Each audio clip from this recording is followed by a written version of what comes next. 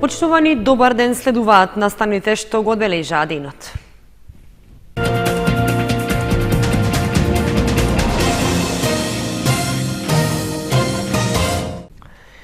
Во Општинската организација на СДСМ во Кочани се одржа пресконференција на која зборуваше нејзиниот претседател и кандидат за пратеник Сашко Костов. При тоа тој представи дел од програмските определби со кои коалицијата што ја предводи неговата партија настапува во предизборниот период. Промените во власта на државно ниво се неизбежни и тие ќе дојдат на престојните избори, затоа што СДСМ и коалиционите партнери се во сојуз со граѓаните. Ова меѓу другото го истакна Сашко Костов, претседател на Општинската организација на СДСМ од Кочани и кандидат за пратеник во изборната единица број 3 на пресконференцијата што се одржа во партиското седиште.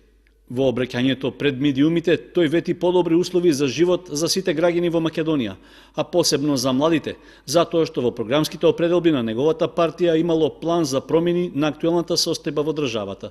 Ве уверувам дека промени во Македонија и Кочани ќе има. Ке има промени и живот во Македонија. Новото време доаѓа и тој процес никој не може да го сопре. СДСМ и коалицијата имаат план за живот во Македонија. План за едно општество. Ние се одлучивме за сојуз со вас граѓаните. Нашата програма ќе добре до сите. Ветуваме повеќе пари во секој семеен буџет, контрола над власта, враќање на правдата за сите, шанси за младите за живот во Македонија. Впрочем, тоа се целите на СДСМ и коалицијата кои ќе се реализираат заедно со вас граѓаните. Од тука ве повикувам сите да се приклучите во овој процес. Ве повикувам да го искористите вашето избирачко право и на 11 декември да гласате за коалицијата на СДСМ под реден број 4.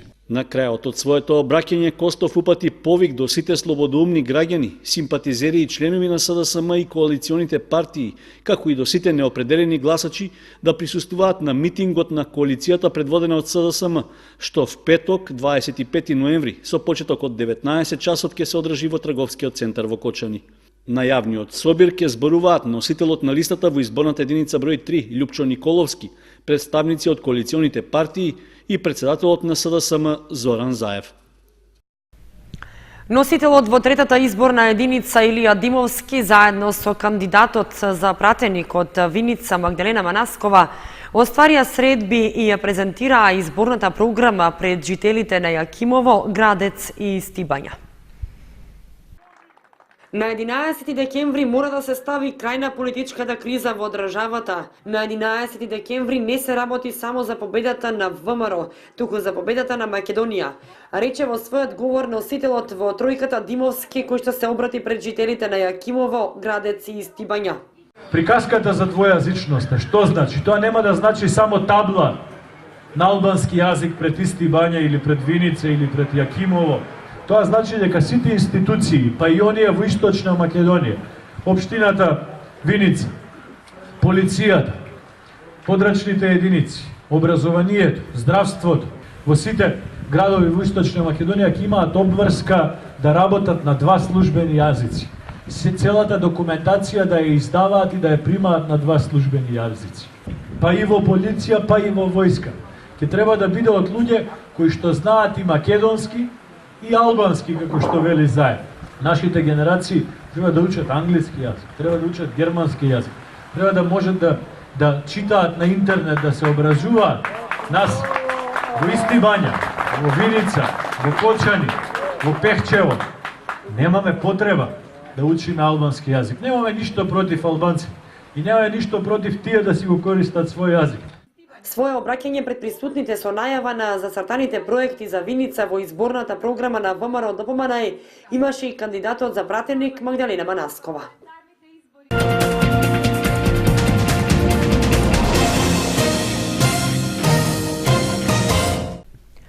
Започна рушењето на мостот на река Брегалница кај Зрновци.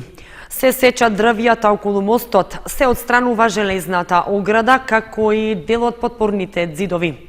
Мостот веќе е забранет за сообраќај, а возилата поминуваат по новото алтернативно решение, кое е изградено со пропусти на реката Брегалница.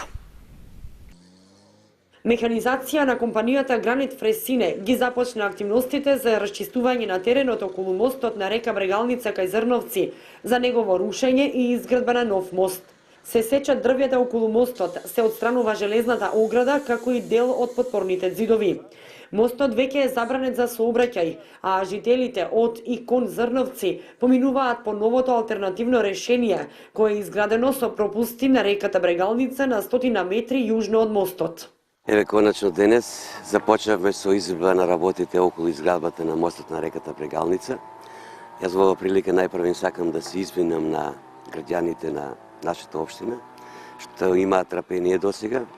И тоа исто така сакам да кажам дека сето ова време навистина беше потребно за припрема на проектна документација, после тоа да се обезбедат финансиски средства, исто така значи самата тендерска постапка инсистираше неколку месеци време, така да навистина мислам дека на време ги почнавме работите.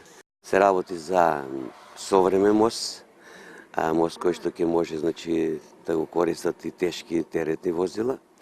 Овој мост ќе биде со должина од 96,5 метри, со ширина од 7 метри и 90, значи тука се ставени самите тротоарчиња околу самиот мост.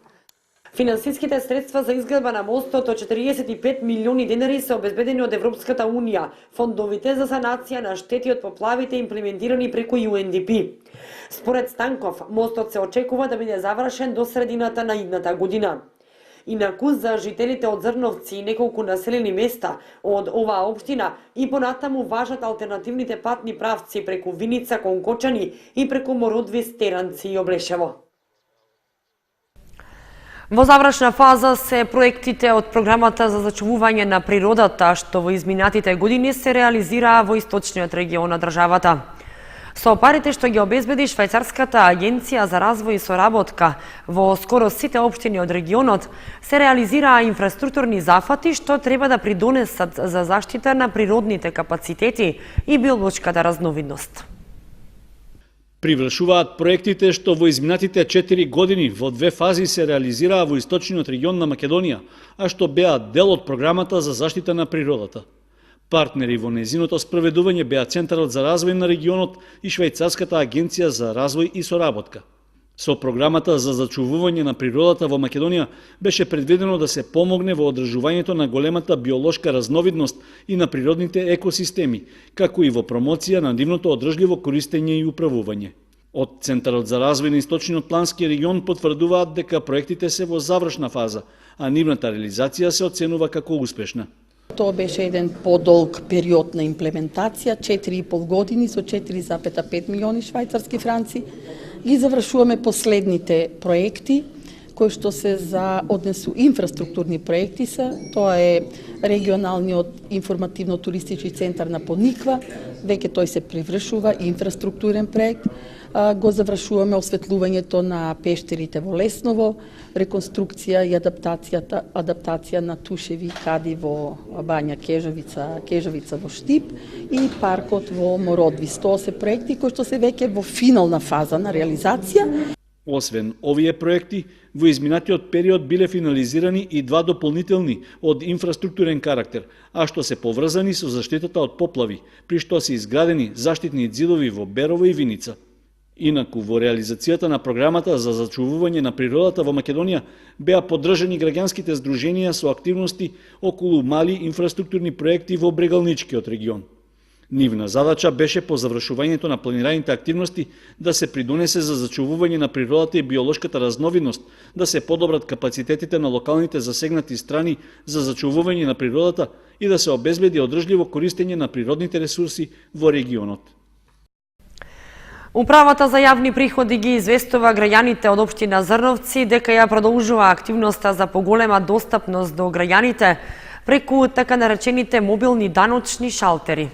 В четврток, специјализираното возило на управата ќе престојува пред зградата на локалната самоуправа во Зрновци.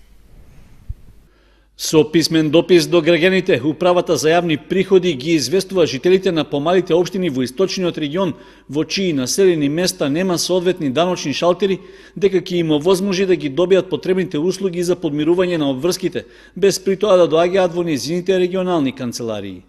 Реализирањето на активноста мобилен даночен шалтер, што е можност за поголема достапност до даночните обврзници, ќе се реализира до крајот на овој месец. Едно од трите специјално опремени комбиња во текот на неделата ќе престојува во источниот регион, а в петок, 25 ноември, ќе го посети Зрновци. Возилото ќе биде стационирано пред општинската зграда во периодот од 10 до 15 часот. Граѓаните и фирмите од оваа општина, без да го напуштаат своето место на живење, ќе можат да ги добијат сите даночни услуги и информации, да ги достават потребните даночни пријави, барања и слично, како и да ги подигнат документите што ги издава Управата за јавни приходи. Според календарот за работа на мобилните даночни шалтери, посетите на помалите населени места ќе продолжи до крајот на оваа година. Целта на вработените во управата е секој месец да ги посетуваат населените места каде нема постојани даночни канцеларии, како и локациите што дополнително можат да се утврдат во соработка со општините и со потребите на локалното население и бизнисот.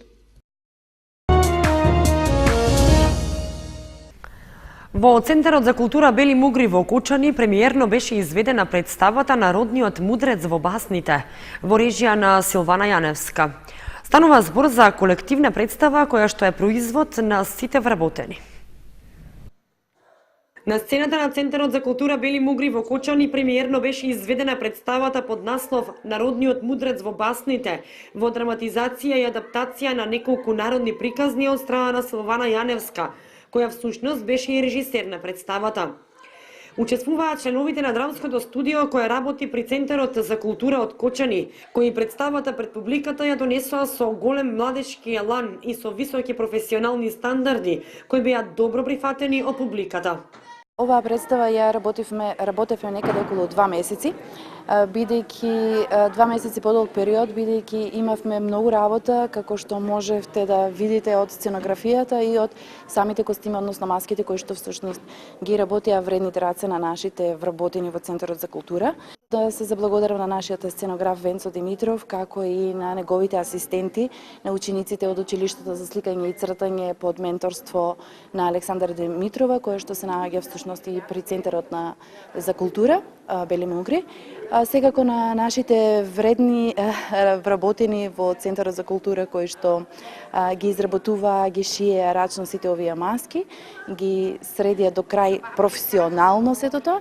На нашиот музички соработник Дарко Стојчев, кој што ја изработи музиката за оваа представа и се разбира на најзаслужниот во целата оваа екипа, односно диригентот на целата оваа екипа, Силвана Јаневска, која што всушност е драматизација и адаптација направи на овие приказни од повеќе автори и склопивме една убава представа која што се надевам дека на помладата публика ќе им се допадне, бидејќи следните неколку дена ќе ја играме организирано за училиштата. Секако дека ќе им се допадне и ќе уживаат во 45 минутно уживање, доживување на овој шумски свет. Представата Народниот мудрец во басните е трета премиерна представа на Центарот за култура од Кочани во оваа календарска година и истата ќе биде премиерно прикажана во наредните 10 дена. Представата е финансиски поддржана од Министерството за култура на Република Македонија во годишната програма за оваа година. Мотивацијска работилница на тема крводарување се одржа во Средното општинско училиште Лјупчо Сантов.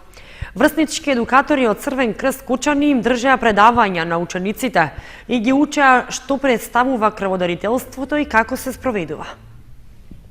Врсничка едукација или мотивацијска работилница на тема крводарување се одржа во Средното општинско училиште Лјупчо Сантов. Волонтери од Црвениот крст Кучани ги едуцираа своите врсници што представува крводарителството, кој може да дарува крв, кои се границите и бенефитите од крводарувањето. Во СО Лјупчо Сантов организираме едукативна работилница на тема крводарителство, мотивација за крводарување. Главна цел на оваа работилница е подигање на свеста кај младите за крводарувањето, подигање на свеста за солидарност и за хуманост, исто така регрутација на многу нови и млади крводарители. Според програмата на Црвениот крст Кочани, освен во општинската организација, секоја година и во просториите на училиштата се организираат по 2 крводарителски акции.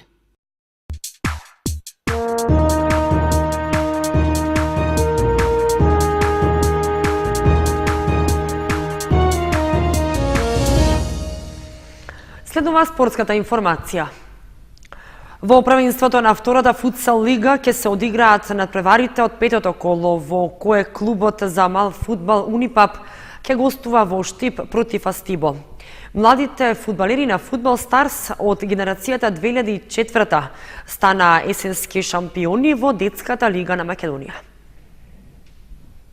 До крајот на неделата треба да се одиграат надпреварите од петтото коло во втората футсал лига на Македонија. На клубот за мал фудбал Унипап, кој во минатото коло беше слободен, сега му предстои тежок меч на гостувањето во Штип против еден од директните конкуренти Астибо. Средбата за нашите фудбалери во исто време ќе биде можност за продолжување на добрата серија во која освоија 8 бода и во моментот меѓу 11 екипи се наоѓаат на 4-то место. Од друга страна, штипјани кои беа изедначени со Унипап во претходното коло беа високо поразени во Кратово од истоимената екипа, па сега најавуваат дека во дуелот со Кочанскиот футсал клуб ќе играат за реванш и за подобрување на бодовното салдо. Надпреварот со Астибо нашите фудбалери ќе го одиграат в четврток со почеток од 19 часот. Нов успех постигнаа младите фудбалери на Фудбал Старс, кои во одложениот надпревар од последното коло на полусезоната го победија Рудар на гостувањето во Пробиштип. Генерацијата 2004 беше подобра од пробиштипјани и ги совлада со резултат 2:1. Победата е уште една потврда дека Кочанскиот клуб е најдобар и заслужено стана есенски шампион во детската лига. Со тоа, нашите најмлади фудбалери го постигнаа истиот успех како и нивните постари клубски колеги од генерацијата 2001, кои во регионалната пионерска лига на Македонија исто така станаа есенски шампиони.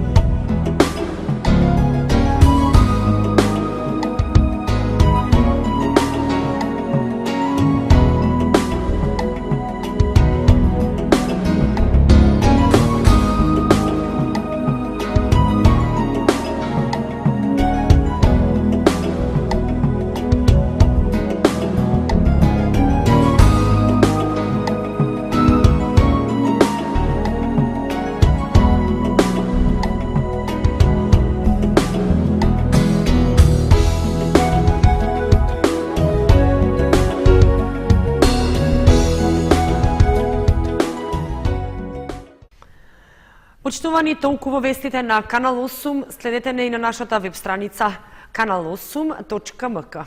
Довидување.